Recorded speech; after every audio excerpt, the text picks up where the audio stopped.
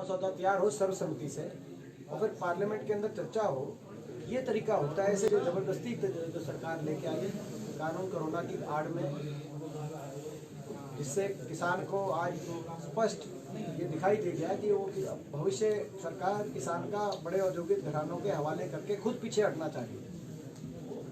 पर इन कानूनों की शुरुआत कांग्रेस ने नहीं की। नहीं, आपके घोषणा पत्र में था जी कि हम कृषि के क्षेत्र में वो कानून लाएंगे और इसका सुधार करेंगे। ये कांग्रेस का घोषणा पत्र के अंदर केवल मात्र एक बात थी कि एपीएमसी का विस्तार किया जाए और रिफॉर्म किया जाए। तो रिफॉर्म का मतलब होता है सुधार, उसको खत्म करना नहीं होता, क्योंकि जो है विस्तार का मतलब होता है कि आज केवल पंजाब हरियाणा में मंडियां हैं, पूरे देश में मंडी होनी चाहिए। पूरे देश में गांव-गांव में इसका विस्तार होना चाहिए। ये नहीं कि इन मंडियों को ही बंद कर दो। फर्क है बहुत। ये बिल तो कांग्रेस, मैं कह रहा हूँ, ये बिल तो कभी चर्चा ही नहीं हुई किसी राजनीतिक दल, बीजेपी के में भी अंदर भी कोई चर्चा नहीं हुई। ये तो सीधा कोरोना के टाइम बिना किसी चर्चा के तो एक दिन ऑर्डिनेंस ही पास हो गया, कानून ही बन गया।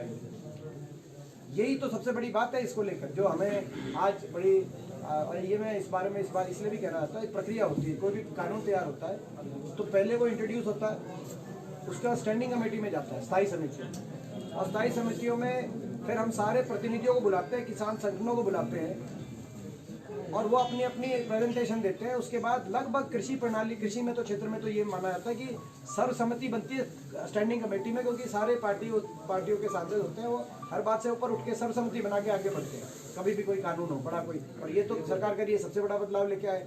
लेकिन सर जब मगर इन्होंने सबको दरकिनार करके, मैं एक बार इसको बात पूरा करूँ तो इम्पोर्टेंट है, सबको ना स्टैंडिंग कमेटी में हुआ, ना चर्चा हुई, ना इस कानून का पता चला किसने बनाया, ना ये पता चला आज तक किसकी मांग थी।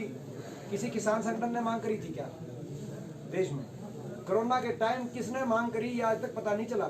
और उसके बाद राज्यसभा में आपको मैं जानकारी देता हूँ, आपको लोगों को संडे के दिन बिना वोटिंग के 3 दिन के लिए बुलाई थी, फ्राइडे सैटरडे संडे के दिन बिना वोटिंग के, और केवल वॉइस वोट का कानून में वॉइस वोट का क्या अर्थ है उसके बाद से बता दिया कि कोरोना आ गया दिल्ली में, भाई संसद कोरोना की वजह से चल नहीं सकती। उस दिन से आज तक संसद बंद है, शीतकालीन सत्र ही कैंसिल हो गया। उसके बाद बिहार में भी इलेक्शन हो गए, वहाँ कोरोना नहीं मिला। बंगाल में जा रहे हैं बीजेपी के सारे नेता, वहाँ कोरोना नहीं दिखाई दे रहा। वहाँ रैलियाँ हो रही है, रोड शो हो रहे हैं, आप देख ही रहे हो। हरियाणा के अंदर इलेक्शन हो गए, अभी अम्बाला में जो है मुख्यमंत्री जी सभा करने आए। वो दूसरी बात है कि उनका वहाँ पे लोगों ने जो है विरोध किया हो, मगर सभा तो सोनीपत में सभा करी मुख्यमंत्री जी, पंचकुला में सभा करी, वहाँ कोरोना नहीं है। देश की सारी विधानसभाएं चल रही हैं, वहाँ कोरोना नहीं है, मगर देश की संसद के कोरोना हो। तो ये देश की संसद भी, ये भी मैं आज मांग करता हूँ, एकमात्र विपक्ष के सांसद होने के नाते मेरा फर्ज है आप लोगों के माध्यम से मैं मांग करूँ कि देश की संसद पे ताला खुला जाए।